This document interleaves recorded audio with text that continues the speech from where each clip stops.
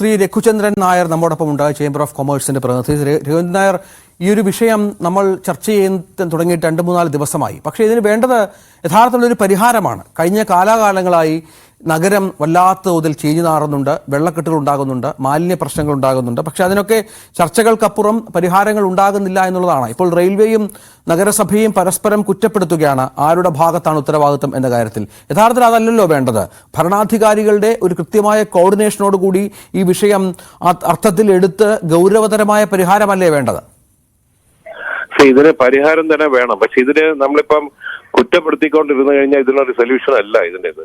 ഇത് ഗവൺമെന്റ് കയ്യിൽ നല്ല പവേഴ്സ് ഉണ്ട്. ഈ ഡിസാസ്റ്റർ മാനേജ്മെന്റ് കീഴിൽ തന്നെ ഗവൺമെന്റ് ചെയ്യാൻ പറ്റുന്നതാണ്.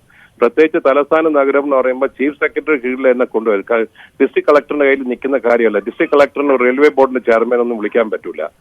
അപ്പം ഇതിൻ്റെ അകത്ത് നമ്മുടെ ചീഫ് സെക്രട്ടറി തന്നെ അതിന്റെ കീഴിൽ തന്നെ നമുക്കൊരു ടോപ്പ് ലെവലിൽ ഒരു കമ്മിറ്റി വെച്ചിട്ട് കാര്യം ഇതിൻ്റെ അകത്ത് പല ഡിപ്പാർട്ട്മെന്റ്, ഒന്ന് കോർപ്പറേഷൻ കിടക്കുന്നു, PWD കിടക്കുന്നു, ഇറിഗേഷൻ, മേജർ ഇറിഗേഷൻ, റോഡ് എല്ലാം കിടക്കുക.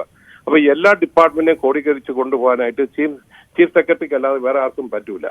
അപ്പൊ അതിന് നമ്മൾ ചീഫ് സെക്രട്ടറി കീഴിൽ. പിന്നെ രണ്ടാമത്തെ കാര്യം, എനിക്കിപ്പോഴും ഒരു ചോദ്യം ഉള്ളത്, ഇവര് പറയുന്ന എത്രയോ 10-40 ലോഡ് അവിടുന്ന് മാറ്റിയ ലോഡിലുള്ള മാലിന്യം എവിടെ കൊണ്ട് തള്ളി? അതിന് ഉത്തരവില്ല. കാര്യം നമ്മൾ അവിടുന്ന് മാറ്റിയെന്നുള്ളത് നമ്മളെല്ലാവരും കണ്ടോണ്ടിരുന്നു TV-യിൽ. പക്ഷെ ഇത് മാറ്റി കഴിഞ്ഞിട്ട് എവിടെ കൊണ്ട് തള്ളി എന്നുള്ളത് നമുക്ക് ആർക്കും അറിഞ്ഞൂടാ. അത് ഇനി എവിടെയാണ് കൊണ്ട് തള്ളിയിരിക്കുന്നത്, അതിനെ ഏത് രീതിയിലാണ് ഡിസ്പോസ് ചെയ്തിരിക്കുന്നത്, അത് നമുക്ക് അറിഞ്ഞൂടാ. അപ്പൊ ഇതിന് എനിക്ക് തോന്നുന്നത് നമ്മൾ ചേംബർ ഓഫ് കോമേഴ്സിന് ഞങ്ങളൊരു കത്ത് മുഖ്യമന്ത്രിക്ക് കൊടുക്കുന്നുണ്ട്. ആ കത്തിൽ നമ്മൾ പറയുന്നത്, ഒന്നിൽ വെളപ്പിൽ ശാല തിരിച്ച് പുനഃസ്ഥാപിക്കുക, അല്ലെങ്കിൽ ആ വെളപ്പിൽ ശാലയിൽ അവിടെയുള്ള പ്രശ്നങ്ങളുണ്ടെങ്കിൽ വിതുരയിലുള്ള സ്ഥലത്തൊക്കെ എത്രയോ എസ്റ്റേറ്റ് പൂട്ടിക്കിടക്കുകയാണ്. ആ എസ്റ്റേറ്റിനകത്ത് നല്ല ഡീപ്പായിട്ടുള്ള എസ്റ്റേറ്റിന്റെ അകത്ത് നമുക്ക് അവിടെ ഒരു മാലിന്യ പ്ലാന്റ്, ഏറ്റവും മോഡേൺ മാലിന്യ പ്ലാന്റ്, അവിടുത്തെ പഞ്ചായത്ത്, അവിടുത്തെ വില്ലേജ് ഓഫീസേഴ്സിനെ കൂടെ വിളിച്ചു വരുത്തിയിട്ട് അതിനുള്ള ഒരു അവിടുത്തെ നാട്ടുകാരെയും കൂടെ സഹകരണത്തോടെ ഇത് ചെയ്യാൻ പറ്റുന്ന കാര്യം. അല്ല നമ്മളിങ്ങനെ ഇരുന്ന് ചെറിയ രീതിയിൽ ഇത് സോൾവ് ചെയ്യാന്ന് പറഞ്ഞാൽ സോൾവ് ചെയ്യാൻ പോകുന്നില്ല. ഒരു കാരണവശാലും സോൾവ് ചെയ്യത്തില്ല, അത് സംശയമേ വേണ്ട. അപ്പൊ ഇതിന് ടോപ്പ് ലെവലിലുള്ള തീരുമാനം തന്നെ വേണം. കാരണം ഇനിയുള്ള തീരുമാനം ഇന്ന് ഈ ചൂടോടെ 3-4 ദിവസം കൂടെ നിൽക്കും. അത് കഴിയുമ്പോൾ എല്ലാവരും മറക്കും.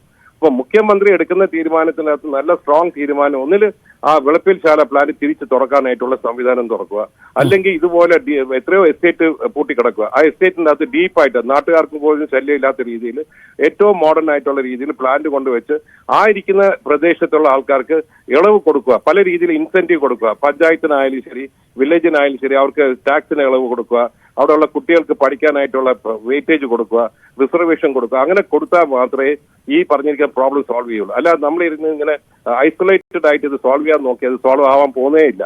യാതൊരു സംശയം വേണ്ട. ശരി, നന്ദി. ശ്രീ രഘുചന്ദ്രൻ നായരാണ് ഈ വിഷയത്തിൽ പ്രതികരിച്ചത്. ഏതായാലും